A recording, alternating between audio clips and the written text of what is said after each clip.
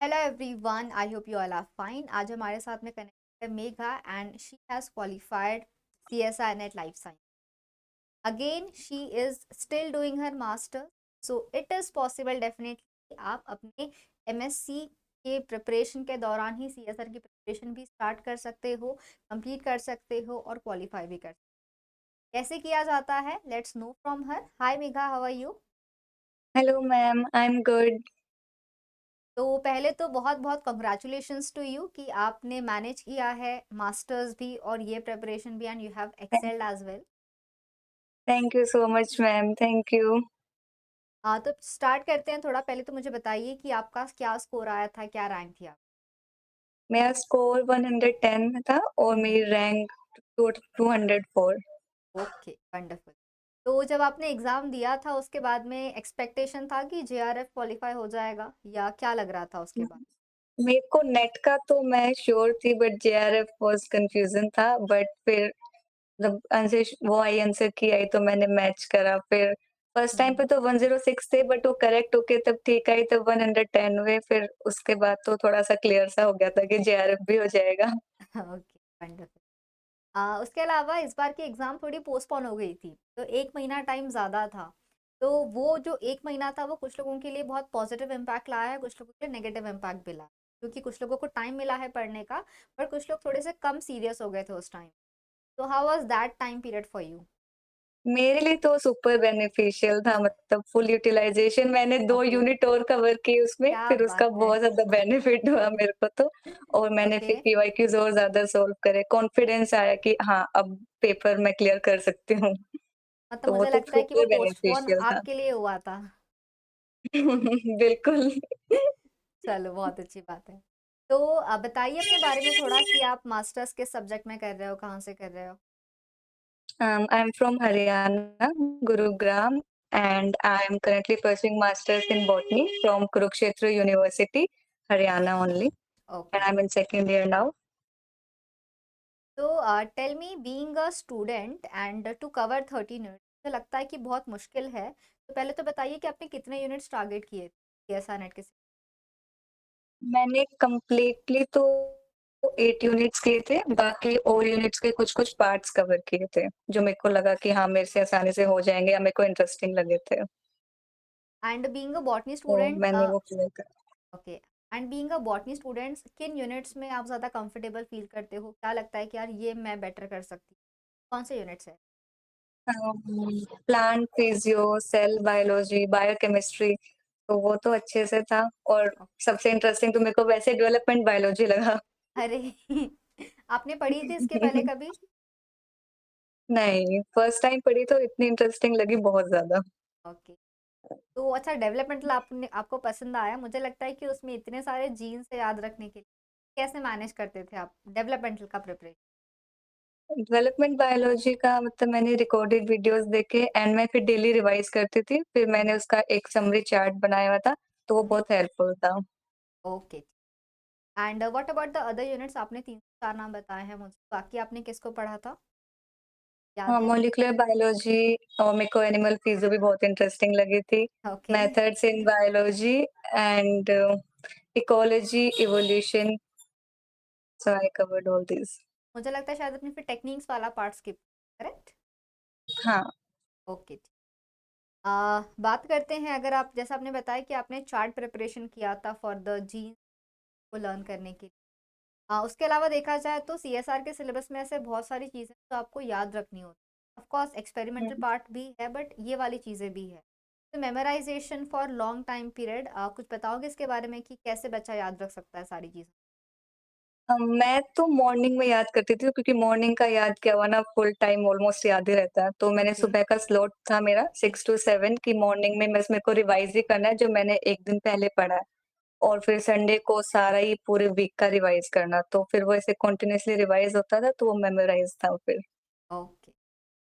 तो I think you are a morning person then, correct? Yes. Okay. So that's wonderful actually. मुझे भी लगता है कि सुबह का टाइम एकदम अच्छा फ्रेश फील करते हैं। आपकी बॉडी बहुत ज़्यादा वेल रेस्टेड होती है, माइंड काफ़ी फ्रेश होता है, एक वो बहुत प्लेजेंट एनवायरनमेंट होता है, नो वन टू डिस्टर्ब। तो उस हाँ, टाइम ये पे, हाँ, उस टाइम पे जो चीज़ें हम लोग लर्न करते हैं एक्चुअली, एंड आप उसके बारे में सोचते भी रहते हो दिन में बीच बीच में, तो आपको वो चीज़ें याद आती रहती। That's one. उसके अलावा बात करते हैं, आपने बताया बायोकेमिस्ट्री के बारे में, तो बायोकेमिस्ट्री में कुछ न्यूमेरिकल्स वाला पोर्शन भी आता है, तो क्या आपने उनको टारगेट किया था या उनको स्किप किया? नहीं, मैंने रेस्पिरेशन बस जो थ्योरेटिकल पोर्शन था वही हम्म। किया था उसमें से। तो मतलब जो बच्चा डरता है बायोकेमिस्ट्री से कि थर्मोडायनामिक्स और उसमें पीएच बफर के क्वेश्चंस करने होते हैं, क्या उनके बिना निकल जाएगा, फॉर जेआरएफ क्वालिफाई हो जाएगा? हाँ, मैंने वो वाला पोर्शन नहीं किया था पर मेरा फिर भी निकल गया जेआरएफ। तो स्टूडेंट्स प्लीज़, आपके सामने एग्जाम्पल है, बायोकेमिस्ट्री से डरना बिल्कुल नहीं है। बायोकेमिस्ट्री में ऐसे बहुत सारे थेरोटिकल नॉलेज भी है, बायोमोलिक्यूल्स, बॉन्ड्स, मेटाबॉलिज्म, आपने इनको भी प्रिपेयर किया तो ये आपको सब जगह तो काम आएगा ही, प्लस आप इसमें भी अच्छा स्कोर कर सकते हो। आपको ज़रूरी नहीं है कि आपको हर न्यूमेरिकल भी सॉल्व करना। बढ़ते हैं आगे थोड़ा, तो पहले तो आप मुझे बताइए कि आपका रूटीन क्या होता था, क्योंकि आपको कॉलेज भी अटेंड करना है, प्रैक्टिकल है, ये वाली प्रिपरेशन, तो आप कैसे मैनेज करते मेरा कॉलेज 9 टू 5 होता था, फिर हैं? मैं आके ऐसे ब्रेक लेने के बाद then I used to study for 2 hours 7 to 9 okay. for net preparation and then 1 hour in morning, then okay. 6 to 7 so for okay. revision. So I continued with it and then फिर मई में मेरे exams खत्म हो गए थे फिर तो 6 to 7 hours daily for net okay. preparation. Okay. And can you tell me कि रफली कितना टाइम लगा था आपको पूरे प्रिपरेशन में, इंक्लूडिंग कि आप जब कॉलेज में थे तब आप सिर्फ 2 से 3 घंटा पढ़ पा रहे थे, वो सारा टाइम अगर हम ऐड करें तो लगभग कितने लगे होंगे? 4 months total, ओके। तो मतलब अगर around 3 किसी to 4 months. को क्वालिफाई करना है एग्जाम, तो 4, आपने तो 4 में किया, मुझे लगता है मैक्स 6 मंथ्स तक बच्चा कर सकता है managing other college part as well, correct? Okay. Yes, आराम से. Yes. And as you said कि आपने रिकॉर्डेड कोर्स से पढ़ा था, तो I think that was a very smart decision. Live lectures आप नहीं कर पाओगे अटेंड बिकॉज आपका कॉलेज भी हो। तो how was the experience with the recorded course, कैसा था वो? बेस्ट तो रिकॉर्डेड मेरे को इसलिए लगा क्योंकि जब आपका मन करता है, जोन से यूनिट आपका पढ़ने का मन है तो हाँ आप हाँ। कर सकते हो। तो ऐसा नहीं था मतलब अच्छा था कि जब मन करा तब पढ़ रहे हो, जोन से यूनिट आपको करनी है तो आप इज़िली कर पा रहे हो मैनेज। जैसे संडे को अगर एक्स्ट्रा पढ़ना है तो फिर मैं और ये मतलब वीडियोज़ देख सकती हूँ, तो वो ओके था मतलब रिकॉर्डेड भी बेस्ट है। Okay. And when we talk about this exam, तो यहाँ पे प्रैक्टिस के बिना तो इम्पॉसिबल एग्जाम, पढ़ाई रिविजन वन पार्ट, बट आपको क्वेश्चंस को सॉल्व करना आना। तो क्वेश्चन की प्रैक्टिस आप हुँ। कैसे करते थे, कहाँ से करते थे, और क्या उस सॉल्व करते वक्त में बच्चों को किन बातों का ध्यान रखना चाहिए? तो मैंने आईएफएस की वो पीवाई की बुक कर रखी थी ऑर्डर, तो मैं उसी से क्वेश्चंस देखती थी। बाकी जो सर जो ऑनलाइन क्लासेस ले रहे थे यूट्यूब पे क्वेश्चन हम्म। सॉल्व्स करा रहे थे, तो फिर वहाँ से आइडिया था और फिर बाद में प्रैक्टिस करके देखते थे, तो फिर वो हो जाता था। मतलब आपने सोर्सेस आईएफएस ही रखा है, एंड यहाँ से आपने वैरायटी ऑफ प्लेटफॉर्म से, बुक्स में से कुछ लेक्चर्स। हाँ, यस, यूट्यूब से मोस्टली तो। And when we talk about the part C questions, again काफ़ी लेंदी होते हैं, काफ़ी ट्रिकी होते हैं। पार्ट सी को सॉल्व करने के लिए कुछ टिप्स आप दे सकते हो बच्चों को, कैसे उनको? ठीक है क्वेश्चंस मतलब अगर मैंने तो पहले तो टाइम मैनेजमेंट रखा था कि 1 and half hour part C को देना है। तो मेरे को जैसे ज़्यादा जो यूनिट मेरे को अच्छे लगते थे, मैंने पहले वो क्वेश्चन्स सर्च करे कि जो हम्म। मेरे को मिल जाए, जो यूनिट्स मेरे को अच्छी लगती हैं, फिर मैंने वहाँ से सॉल्व करे जनरली। जैसे डेवलपमेंट बायोलॉजी हो गया, इवोल्यूशन हो गया, इस टाइप से। तो पहले 1 एंड हाफ आवर मैनेज किया, फिर उसके बाद एक्स्ट्रा टाइम बचा था, तब फिर मैंने और एक्स्ट्रा क्वेश्चन सॉल्व किए थे। ओके। अगर मैं पेपर की बात करूं तो ऑफकोर्स आपने पार्ट सी को ज़्यादा टाइम दिया है, क्या क्या आपको याद है आपने कितने क्वेश्चन सॉल्व किए थे पार्ट सी से? 24 तब आपने 1.5 घंटे में you manage to solve 24 question, correct? Yes okay. And उसमें से करेक्ट थे सारे या फिर कुछ गलत हुआ है? करेक्ट 20 थे। चलो, so that's also a good thing कि 20, मुझे लगता है कि 20 के ऊपर या 20 तक भी अगर आप सही आंसर्स ला रहे हो पार्ट सी में, बहुत अच्छा खुद के लिए है, क्योंकि ये आपका बहुत ज़्यादा स्कोर बूस्ट।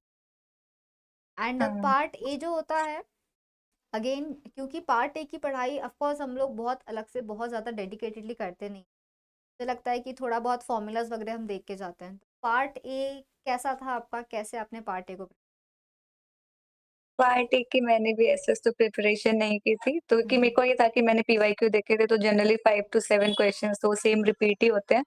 तो मेरे पास इतना टाइम होता है कि मैं पार्ट ए को प्रिपेयर करूँ। तो फिर उसके लिए बस मैंने लास्ट में जो 2-3 वीडियोज़ आ रखी थी आईएफएस की फास्ट जी। फास्ट वाली लर्निंग वाली बस वो देखी थी और फिर मैंने वहाँ पे अटेम्प्ट किए थे। तो अराउंड मेरे 7-8 क्वेश्चंस ठीक थे वहाँ पे। तो आई थिंक बिल्कुल पार्ट ए बहुत भी अगर आप उसमें टाइम नहीं दे पा रहे हो कोई दिक्कत नहीं है, बट बिल्कुल जो वन शॉट में जो कराया जाता है, बेसिक फॉर्मूलाज, बेसिक आपको कौन से टेक्निक्स यूज करने हैं सॉल्विंग के, टाइम सेविंग होते हैं और आपको number, that's great. Moving on, जैसा आपने बताया कि एग्जाम हॉल में आपने आपको फिक्स आपको पता था कि मुझे इतने टाइम में पार्ट सी करना है, इतने पार्ट ए और बी करना है। और यूजुअली ये हम तब बता पाते हैं जब हमने बहुत सारे मॉक टेस्ट वगैरह सॉल्व, तब हमको ये कॉन्फिडेंस आता है, हमको समझ में आता है कि कैसे करना है, क्या करना है। तो आपने प्रैक्टिस की थी मॉक टेस्ट की? हाँ, मैंने 2-3 मॉक टेस्ट दिए थे। ओके। क्योंकि वो और उसके बाद बिल्कुल वीडियोज़ देखी थी कि कैसे मतलब पेपर अटेम्प्ट करना है, फिर उस हिसाब से सारा फिर मैनेज हो गया था। ओके। तो मॉक टेस्ट देने के बाद में आपको एक स्कोर मिलता है, एंड तो मुझे लगता है कि बच्चे को काफ़ी कुछ सीखने मिलता है उन मॉक। तो क्या लगता है आपको कि क्या क्या लर्निंग्स बच्चों को याद रखना चाहिए कि मॉक टेस्ट से क्या क्या सीखा है जो फाइनल एग्जाम में हम क्या हो सकती है? स्टार्टिंग में तो टाइम मैनेजमेंट ही नहीं था, पहले तो मैं पार्ट बी अटेम्प्ट कर रही थी मॉक टेस्ट के टाइम पे, तो ओके। फिर उस टाइम पे पार्ट सी मेरा छूट जा रहा था। तो फिर हम्म। जब मैंने दोबारा मॉक टेस्ट दिया, फिर मैंने देखा कि पार्ट सी पहले अटेम्प्ट करो क्योंकि फिर वो स्कोरिंग होता है, अगर आप एक क्वेश्चन भी अटेम्प्ट करते हो। तो टाइम मैनेजमेंट था, दूसरा क्वेश्चन को कैसे अप्रोच करना है, वो हम्म। फिर वहाँ से लर्निंग डेवलप हो जाती है। क्योंकि हम्म। काफ़ी बार क्वेश्चन बहुत सिंपल आता है और हम दिमाग इतना लगा देते हैं, फिर काफ़ी लगता है कि इतना सिंपल क्वेश्चन तो होगा नहीं, हाँ। बट आते हैं सिंपल क्वेश्चन भी आते हैं, तो उस टाइम पे फिर वो सब बेनिफिट करता है पेपर के टाइम पे, वो एक अप्रोच सेट होता है कि ऐसे भी अटेम्प्ट करना है पेपर। आई थिंक ये बहुत मैं रिलेट कर पा रही हूँ, मेरे कुछ स्टूडेंट्स थे, कहा था कि मैम इतना सिंपल क्वेश्चन तो पूछ ही नहीं सकते एंटीबॉडीज पे। तो वो उनको फिर एग्जामिनर पे डाउट होने लगता है, फिर वो ज़्यादा सोच के गलत आंसर मार्क करके आते हैं। But I think you definitely mention it correct कि जब आप क्वेश्चन सॉल्व करते हो तो आपको समझ में आने लगता है कि डिफिकल्ट क्या होता है, इजी भी पूछा जा सकता है कुछ। वंडरफुल। उसके अलावा अगर हम बात करते हैं तो हमारे सिलेबस के अंदर काफ़ी सारे पाथवेज होते हैं, सिग्नलिंग पाथवे है, कॉलिक पाथवेज, तो इनको कैसे याद रखा जाए, बताओगे इस बारे में? मैंने जब एनिमल फिजियो कवर पहले तो मैंने वो यूनिट कवर की सिग्नलिंग पाथवे वाली, तब मेरे को बहुत कन्फ्यूजन लगा, अरे मैं कैसे याद करूँगी? But okay. फिर जब मैंने एनिमल फिजियो की तो ऑलमोस्ट सारे पाथवे उसमें कवर थे। फिर उसके बाद वो यूनिट इतनी ईज़ी लग रही थी कि बस उसको एकदम से गो थ्रू ही करना था, क्योंकि एनिमल फिजियो में कवर हो जा रहे थे वो सारे। और मुझे लगता है कि हमारे यूनिट्स आपस में काफ़ी ज़्यादा कनेक्टेड है। अगर आपने हाँ। आरटी के पढ़ा है तो वही रास मैप पाथवे आपको सेल बायोलॉजी में पढ़नी है, सेल सिग्नल। अगर आपने पंप सारे अच्छे से पढ़ लिए तो आपको एनिमल में बहुत काम आते हैं, हार्ट में, न्यूरॉन्स के। तो हुँ। डेफिनेटली कनेक्शन तो है आपके सारे यूनिट, आपको ढूंढने की देरी है कि आप कैसे कैसे उसको कर पाते। जब आप एग्जाम को प्रिपेयर कर रहे थे, आपने सोचा था कि पहला अटेम्प्ट में हो जाएगा या आपको लगा था कि शायद एक और देना? कॉन्फिडेंस लेवल क्या था? मैंने टारगेट तो किया हुआ था कि इसी में ही करना है और ओके। पूरी मेहनत भी करी थी। तो इस बार ये था कि कुछ नहीं तो नेट तो हो ही जाए, जेआरएफ अगली बार देख लेंगे। बट ये भी था कि अभी बस जेआरएफ भी हो ही जाए, बट नेट के लिए तो श्योरिटी थी कि करना ही करना है इस बारी। मुझे लगता है कि जब हम लोग फर्स्ट अटेम्प्ट देते हैं, जब हम प्रिपेयर करते हैं, तो हमें एक अलग ही जोश होता है, और जब रिपीट करना हो या कुछ तो थोड़ा सा कम हो जाता है। I think every one should note this thing, जितने आप मेहनत कर सकते हो कर दो फर्स्ट टाइम में, के बाद जो है वो देखिए आपको अपना बेस्ट देना है, कुछ रिग्रेट नहीं हो। So that's great dear. कुछ आपके फ्यूचर प्लान्स है अभी कि आगे क्या करना है? मेरे को पीएचडी करनी है और उसके बाद बस मेरे को प्रोफ़ेसर बनना है, मेरा एम प्रोफ़ेसर बनने का ही है। Okay, wonderful. मजा आई डियर आपसे बात करके। Who you dedicate this success, किसको आप थैंक यू बोलोगे for I want to thank my parents, my mother, she has supported me a lot, and my father, he has to always boosted me. do the preparation, you can do. And my sister, she has always been stand by me and helped me a lot, and my brother, and definitely my friend, he had kept me calm during my preparation. So that's very important to keep yourself calm.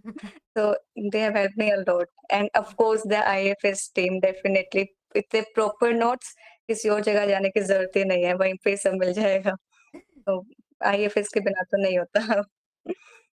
So I think you had a good emotional support around you, and of course you had like good teachers with you जो आपकी help की for this course. That's wonderful. कुछ message आप दोगे जो हमारे students हैं जो शायद प्रिपरेशन अभी स्टार्ट करेंगे या फिर जिनकी एग्जाम है अभी 2 महीने, तो अभी क्या करना चाहिए और क्या नहीं करना चाहिए? बेस्ट चीज़ तो क्वेश्चन प्रिपरेशन तो मस्ट है, क्योंकि Okay. अप्रोच आपको पता चलेगा कैसे अप्रोच करना है और काम रहना है, एग्ज़ाम सेंटर में भी काम रहना है और सब कर सकते हैं, everyone can do this. Okay, wonderful. So बहुत मज़ा आया मेघा आपसे बात करके। आई थिंक हमारे बच्चे बहुत ज़्यादा मोटिवेट हुए होंगे, जिनकी कंप्लेन ये होती है कि हम कुछ जॉब कर रहे हैं, हमारा कॉलेज चल रहा है, प्रिपेयर कर रहे हैं। स्टूडेंट्स एक्सक्यूजेस आप चाहो तो ढूंढ सकते हो, बट प्रिपरेशन करके भी लिमिटेड यूनिट्स अगर आप प्रिपेयर करते हो तो भी आप एग्ज़ाम क्वालिफाई कर सकते हो। Just you have to be confident about yourself and have faith. Thank you so much dear for joining. मज़ा आया आपसे बात कर। I really wish you all the very best. जो आपने मुझे 2 बार बताया है कि आपको प्रोफेसर बनना है, डेफिनेटली आई होप कि आप उसको बहुत जल्दी achieve. All the best for that.